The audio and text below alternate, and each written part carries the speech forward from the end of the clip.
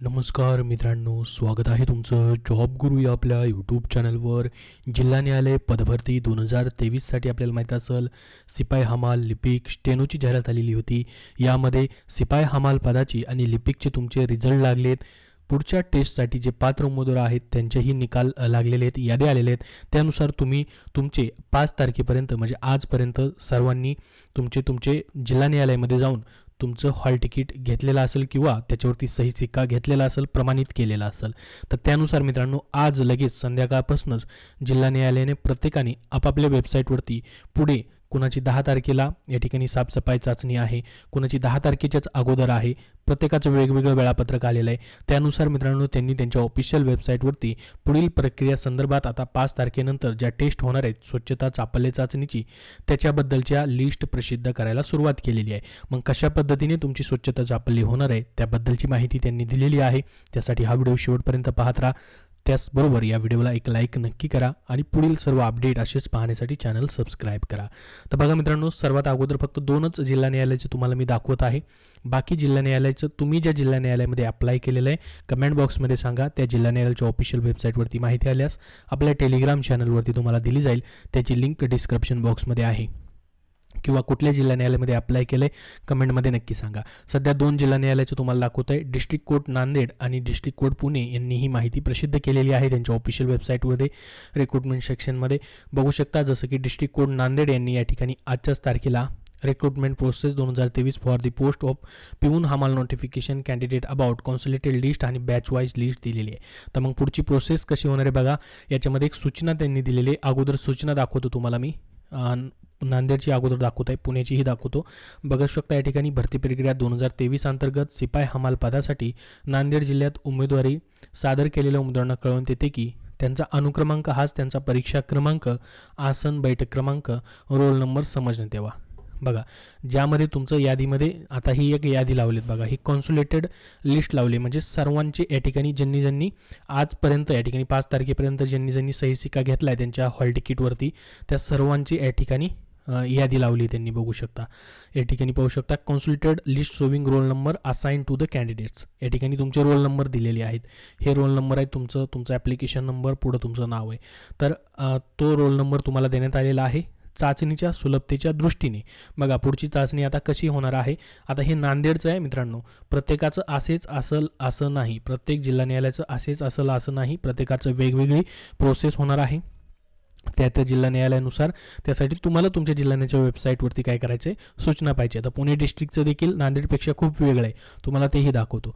बघा त्या दृष्टीने लघुसूचित केलेल्या उमेदवारांची प्रत्येकी 10 उमेदवारांच्या गटात बॅच विभागणी केली असून शेवटच्या गटात गट क्रमांक 22 मध्ये मात्र 11 उमेदवार असणार आहेत। तर बघा असे एकूण 11 गट त्यांनी पाडलेले आहेत। आता हे नांदेडसाठी आहेत, नांदेडसाठी किती पात्र उमेदवार आहेत, एका जागेसाठी 7 जण घेतलेले आहेत। बघा ही कॉन्सोलिडेटेड लिस्ट आहे, एकत्रित लिस्ट आहे, याच्यामध्ये आपल्याला दिसेल किती उमेदवार आहेत, टोटल 221 उमेदवार आहेत। बघा 221 आहेत। तर यानुसार प्रत्येकाचे 221चे 10 गट पाडलेत, शेवटच्या गटामध्ये मात्र 11 उमेदवार असणार आहेत। तर उमेदवारांची गटनिहाय यादी सोबत अधिसूचित केली आहे। उमेदवारांनी स्वतंत्ररित्या अधिसूचित केलेल्या चाचणीच्या वेळापत्रकानुसार रिक्रुटमेंट कॅलेंडर चाचणीस उपस्थित राहावं। तर बघा या ठिकाणी बॅच वाईज कशी लिस्ट देण्यात आलेली आहे तीही आपल्याला पाहायला भेटेल। इथे क्लिक केलं की बॅच वाईज लिस्ट ओपन होईल, हे सर्व तुम्हाला टेलिग्राम चॅनलवरती देतोय। बघा प्रत्येकाच दिले। आता 9 तारखेलाच या ठिकाणी टेस्ट चालू होते, बघू शकता नांदेडची 9 तारखेपासून 13 तारखेपर्यंत यांची चालू राहणार आहे। 221 का काहीतरीच उमेदवार आहेत त्यांचं बघू शकता, 9, 10, 11, 12, 13 तारखेपर्यंत हे सर्व कॅलेंडर आलेलं आहे।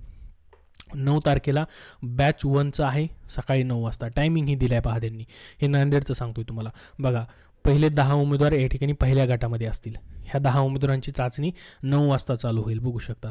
आणि 9 तारखेलाच बॅच 2 मधची देखील 9 तारखेला 9 वाजताच चालू होणार आहे, सेम टायमिंग आहे, बघू शकता। म्हणजे वेगवेगळ्या ठिकाणी पाठवतील, वेगवेगळे अधिकारी सोबत असतील तुम्हाला। या ठिकाणी हे पुढचे 10 उमेदवार आहेत।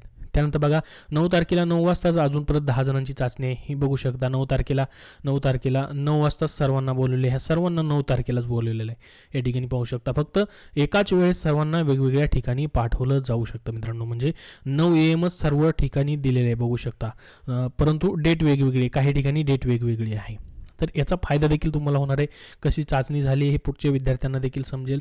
बघू शकता 9 तारखेनंतर या ठिकाणी डायरेक्ट 13 तारखेला आहे बॅच, या ठिकाणी नंबर दिला आहे आणि हा टायमिंग दिला आहे. बघू शकता 13 तारखेला, त्यानंतर या ठिकाणी 13 तारखेला बऱ्याच जणांची आहे, 9 ते 13 तारखेपर्यंत या ठिकाणी आहे. 10, 11, 12 या तारखेला त्यांनी ठेवलेलं नाही आहे शक्यतो. 9 तारखेपासून चालू आहे, त्या ठिकाणी 13ला आणि 9ला 2च दिवस आहे.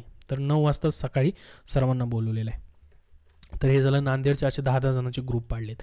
आता बघा पुणे डिस्ट्रिक्टने देखील त्यांच्या ऑफिशियल वेबसाईटवरती माहिती प्रसिद्ध केलेली आहे, ज्यामध्ये बघू शकता list of candidate batch number 1-2 या ठिकाणी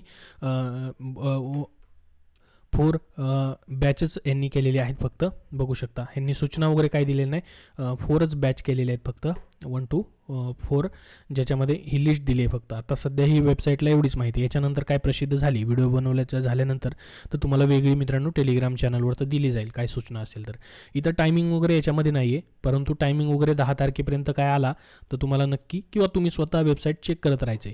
ही माहिती देतोय, याच्यानंतर पुढच्या माहिती अजून या ठिकाणी प्रसिद्ध होऊ शकतात.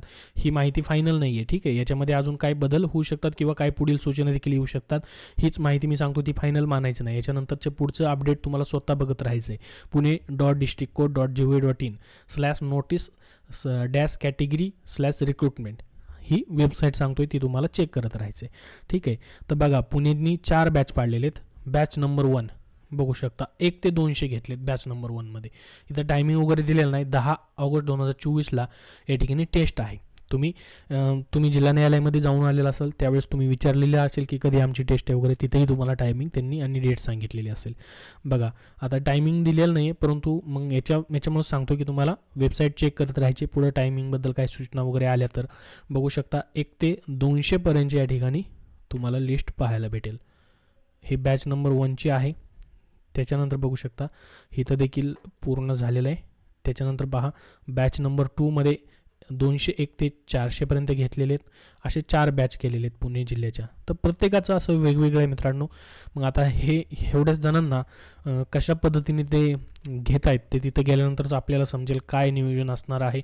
बघू शकता ही लास्ट 601 ते 782 या ठिकाणी कॅन्डिडेट, 782चे 782 पात्र होते.